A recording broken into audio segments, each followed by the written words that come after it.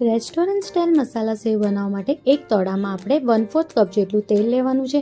એમાં થોડું હિંગ અને થોડું જીરું એડ કરવાનું છે. હવે બધા મસાલાને એડ કરવાનું છે. તેજપત્ર, તમાલપત્ર અને લવિંગ, એલાયચી અને લાલ મરચાંને હવે બધાને આપણે સરસ રીતે શેકી લેવાનું છે.